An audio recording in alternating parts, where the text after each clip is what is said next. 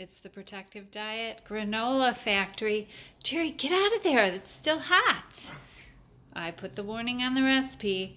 Let that crunchy vanilla crunch, stovetop, sugar-free, nut-free, oil-free granola cool before you start tasting it. Here, Jerry, here's a whole jar for you. All right.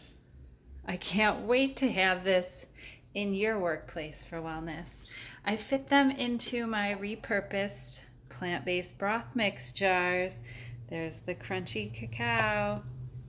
And then I'm using my wide mouth ball jar funnel to fill the cooled vanilla.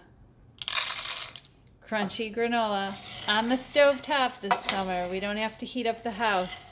We don't have to heat up the oven to make this awesome sugar-free granola. I'm so excited about this innovative recipe. Jerry, what do you think? It's great. So good.